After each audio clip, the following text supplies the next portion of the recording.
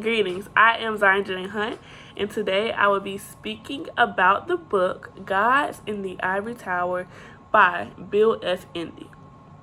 The way I will be analyzing this book is by giving you a short summary, but it's going to be short because I think it's very important for you, the reader, to learn more about this book and read it thoroughly and get your own idea of it. But then after my summary, I will be doing a character analysis of the book and why it's important, and even giving you a deeper meaning of the title. After that, I will be talking about the themes of the book and how I relate to it, and then also, of course, my likes and dislikes of the book. So to start, the narrator starts off the book by explaining us of who he is. He established himself, or he or she establishes himself as the town crier. A town crier is known as somebody who just expresses the feelings of the town. This town in particular is the town of Nojawa. This town is very challenging to get at the top of, which many people in the town are wanting to do. This town is filled with oppression and injustice, but this town can be made to the top, and you can succeed at this town. But that's important for me to note later. So at the beginning of the book, we are introduced to two characters. The main character, Nijawa, and his friend, Mbala. Mbala introduces Nijawa with a question. His question, he is hesitant to ask at first, but then Nijawa allows him to ask it, saying he will give an answer back. The question Mbala asked was, "Do you believe you're doing justice to your name?" He asked this question because how they were living currently. Mbala felt like they weren't living in a city at the hill. They weren't being high up, as well as Nojawa's name represents a city on a hill, a high city on the hill, something that represents power. But them as friends weren't living that. So Mbala asked that question, do you really think your father did justice in naming you that? Because as of right now, that's not what's happening.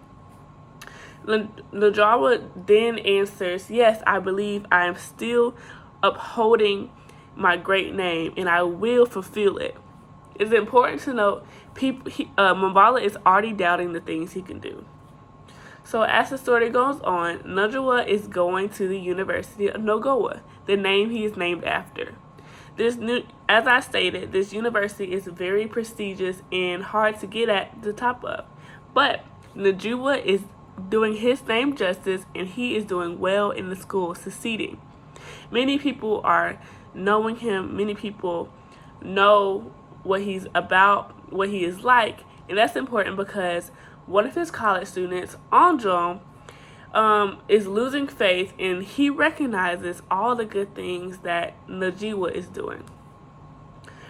As Nijawa is being so successful in this school, Anjong asks him how to proceed on the oppression put against him, the discrimination, and all the things he's going through at this university, the same university Nijawa is going at.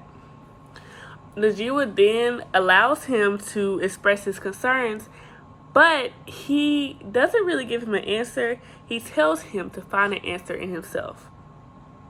He also lets him know, like, you're not here just to be here. You're here for a reason, and to just keep going, because some people just need that little motivation to keep them going.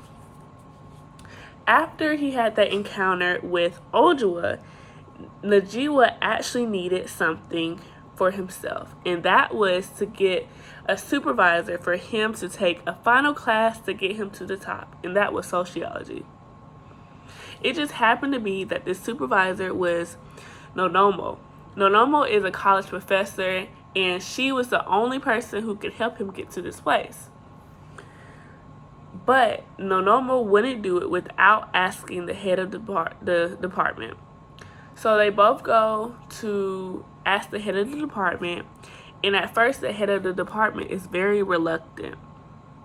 It is also important to add that Nonomo made Nojua wait outside in the beginning, but Nojua already went in with Nonomo. So it made both of them very flustered, the headmaster and Nonomo.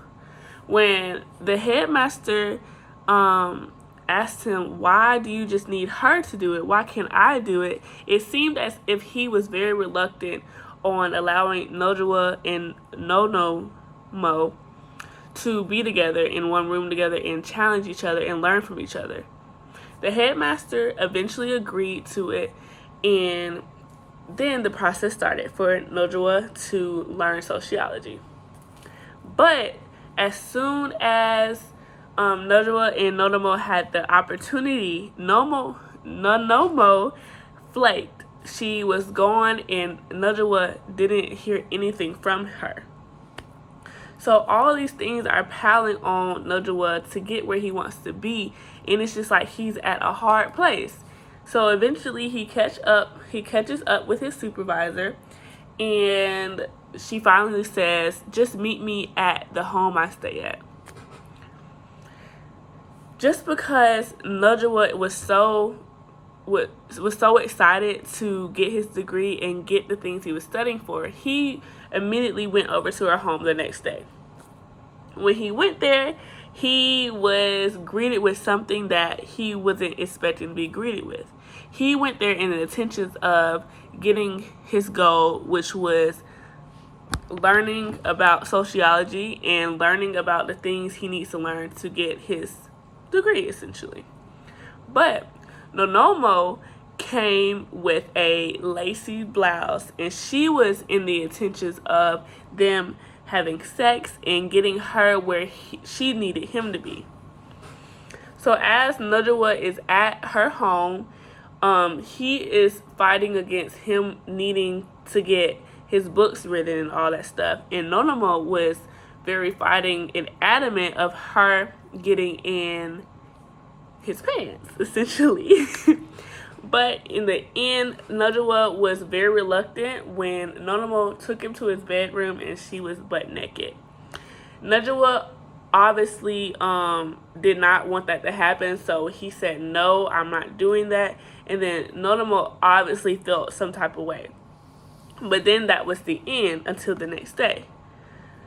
Nonomo decided to go to the head department and tell him all these lies about how Nojua essentially wanted to get in her pants and wanted to do things with her without her asking.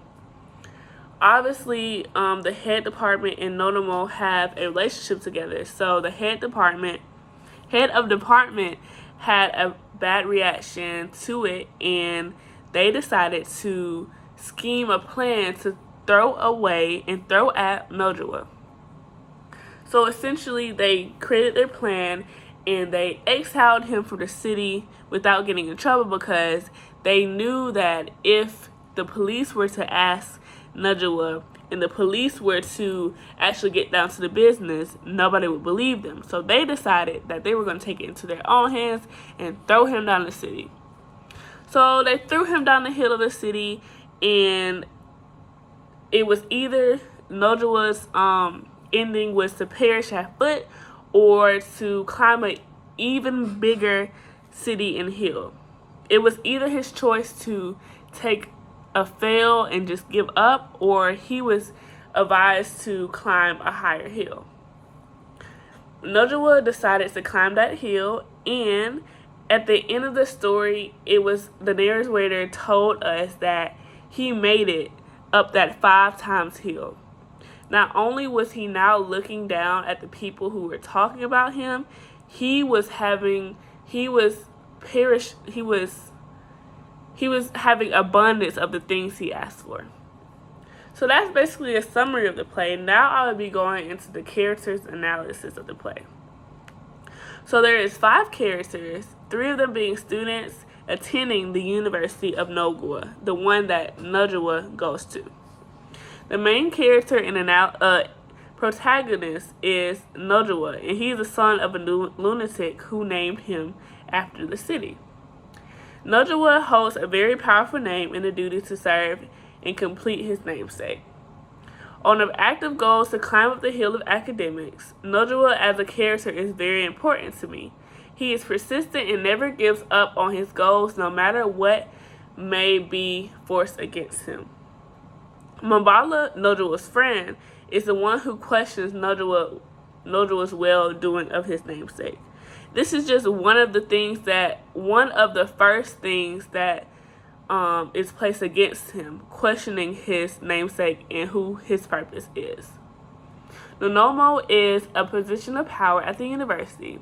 She is a professor and the supervisor Nojua needs in order to complete his plans of becoming a sociologist. The head of the department is headstrong and from the jump opposed against Nojua, making the decisions that are needed for his new goals. Finally, Nojua is a college student and he represents a loss of faith in himself. He relies on Nojua to figure out a problem that could be solved by himself. Nojua can be related to many students on this campus of Tuskegee. Ojong was depressed and discouraged about the problems of discrimination he encountered at his university. Like many, Ojong just needed a subtle boost of motivation to persevere through the odds placed against him. And then finally, to add, we have the narrator. So the narrator includes the setting and intrudes several times during the play. His interruptions are important because they give critical information about the character's background and emotions and actions alongside of what is happening in the play. The narrator is invisible but has extreme power over the play and how it is perceived. Now that I have discussed the character analysis and what has happened in the play, I would like to discuss the titles itself. So the title is Gods in the Ivory Tower. I personally thought that this title meant a lot of things, and they really do correlate with my themes that I received from the play. So gods can be seen as somebody who is in control, a lot of power. A god is somebody who you depend on to make decision making and depend on outlook in life. In an ivory tower are smooth, they are prevalent, they are beautiful. So these gods are seen in ivory towers where they have all control.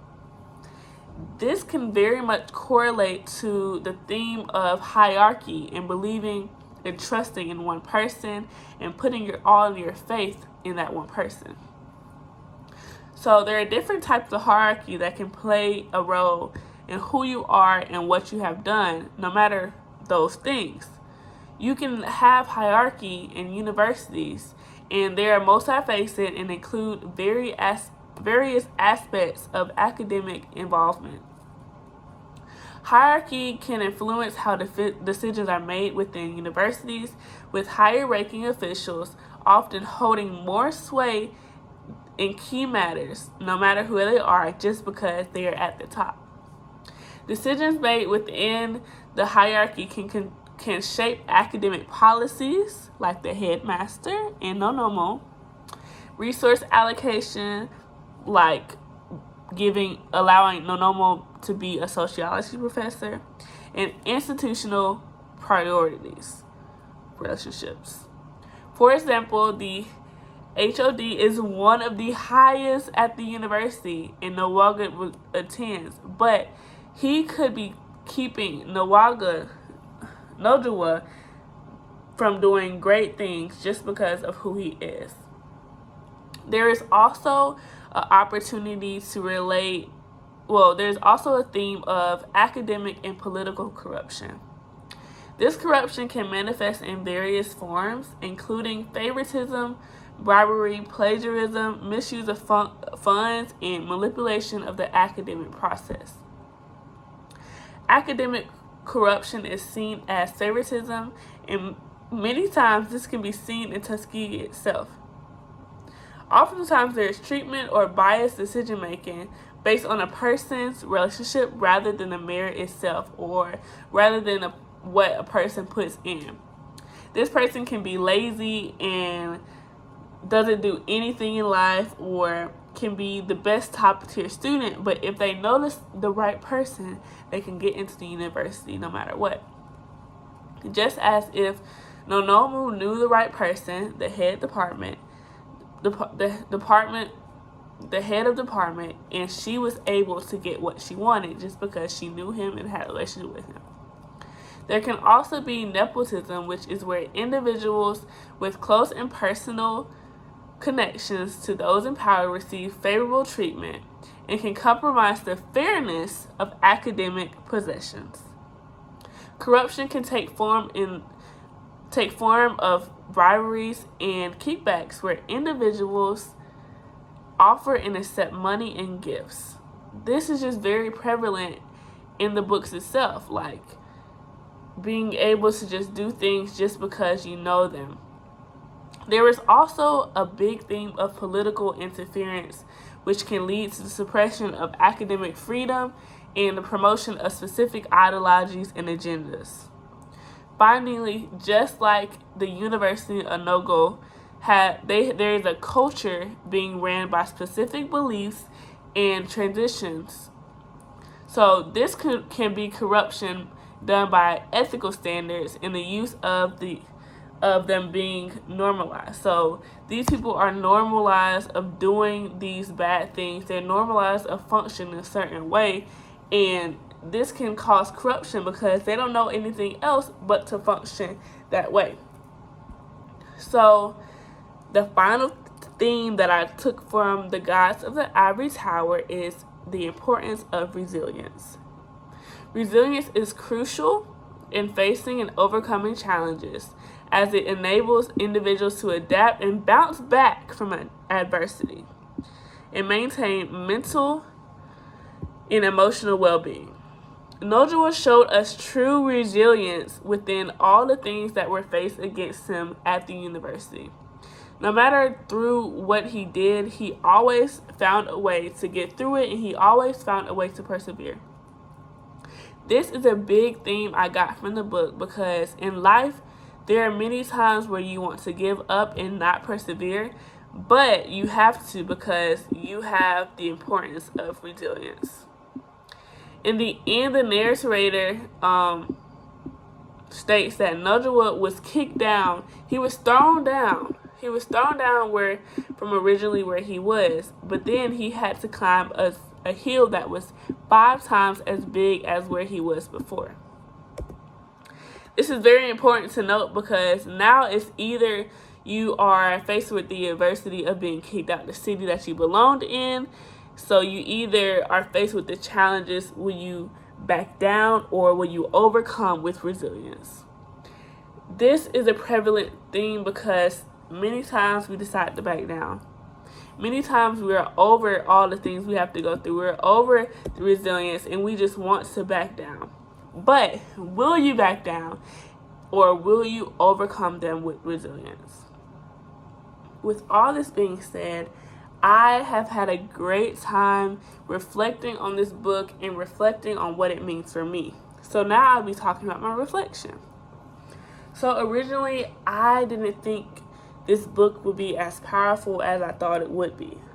I was thinking this book would be boring, or it would be something that I didn't understand or couldn't relate to, but I was quite wrong. The first main thing that I related to in this book was prejudice itself. So as a Black woman, there is prejudice based against us each and every day. We often face negative stereotypes that are harmful and limit perceptions against us, such as the angry Black woman, or just being sexualized as a woman in general. These stereotypes can influence how we are perceived and treated in various contexts without people really trying to get to know us in the first place. These stereotypes are placed against us, just as if Nojoa was stereotyped for who he was.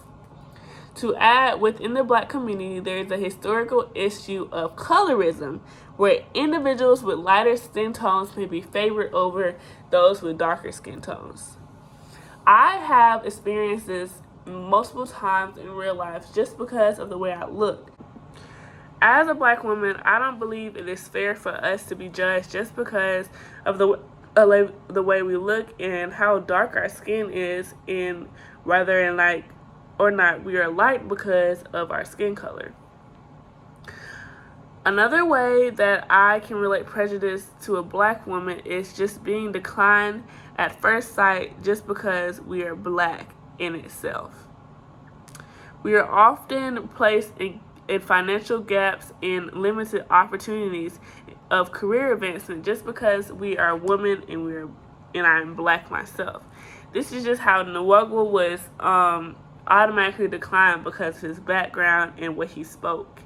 And just because they didn't originally know who he was, they just knew that he didn't speak the language they spoke and he didn't grow up how he grew up. I think this book allowed me to just really think about the things that were put against me, the prejudice just that I didn't really see that were against me, but it allowed me to learn what was really against me and what I actually need to point out in my life that are put against me. Another thing that I related back to myself was the many instances and contributions of the Bible in this book. The Bible itself and my background as a Christian in reading this book played a major role in me understanding what it was really about and me relating to how I felt about the book. So in all, I felt like I was being preached to not give up even when you're put 10 steps back. So as I'm talking about the political corruption, and as I am talking about hierarchy, and as I am talking about prejudice itself, it just kept coming to me to not give up even though you're already 10 steps back. There are many prominent instances when the Bible showed up in this play and what I have learned about while being a Christian. But these two things really stood up to me. The Bible verses Matthew 7:7 was mentioned in the book. So if you don't know what Matthew 7:7 says, it says, "Ask and you will be given. Ask and it will be given to you. Seek and you will find. Knock and the door will be open to you." This verse was used, I believe it was kind of funny the way it was used. It's funny because Nwagwu was using this verse to show Anjan that not every door that he expects to be open will be open for him. He is explaining that the earth is not like God, and he is expecting the earthly things and people on the earth to open the door and not asking the person who created him, and that's God. So Nwagwu emphasizes this is not like Matthew 77. You are looking for other people in the door and to open the door. In many instances, those people won't open the door for you. This relates back to me because it's very easy to look for the answer in other people rather than to be trusting in God and trusting in who He created us to be. This also relates to how Nwagwu was knocking on Nonomo's door and he got the answer that he didn't expect.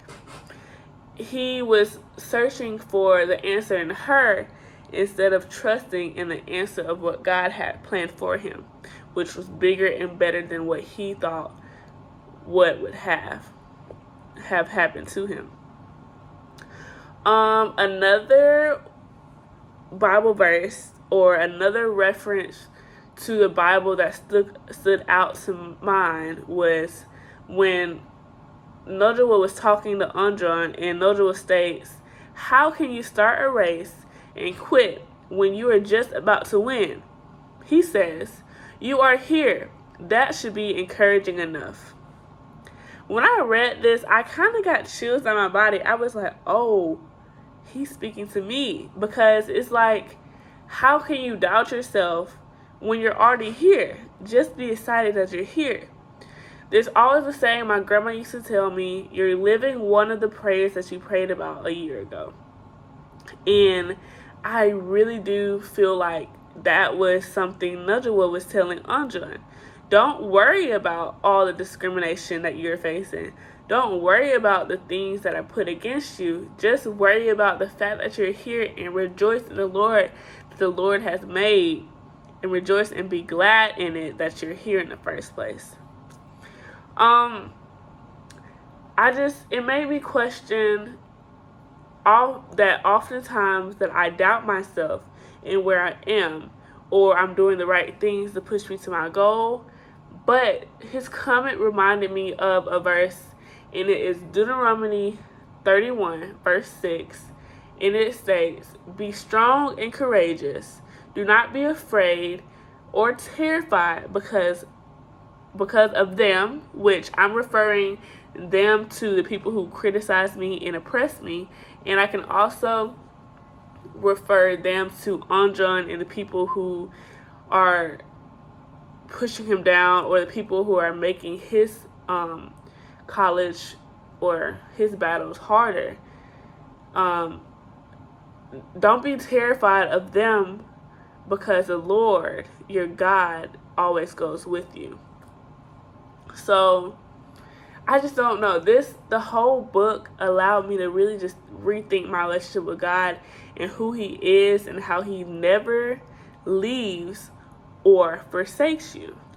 So I'm going to reiterate the verse again to just really think about, like, no matter who talks down on me, and no matter what I think my purpose is, and no matter how much doubting, this verse and what Najwa said, like, be happy you're here, that's encouraging enough. These two correlate together. And it reads, "Be strong and courageous. Do not be afraid or terrified because of them. For the Lord your God goes with you. He will never leave you or forsake you." It just like, that was a big reflection for me to just really think about how God got me here at Tuskegee. I was really originally supposed to be going to Auburn. Like, this was something I was not supposed to do. But now I can really just relate to Najwa and Anjan, even when I'm like depressed and sad, and just think about, like, just be happy you're here. This whole book just made me so happy in reading and reflecting in the things that I reflected about, and just learning about myself and learning about how my story can be placed into other people's stories.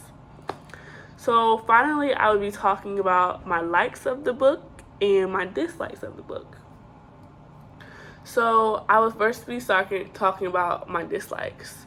So originally, I wish that the play itself was a little bit longer. It was like I was getting to the end and I was like, oh, I can relate to this. I'm getting it. Like, oh, I am deeply understanding. I want to read more. And then it was an abrupt stop.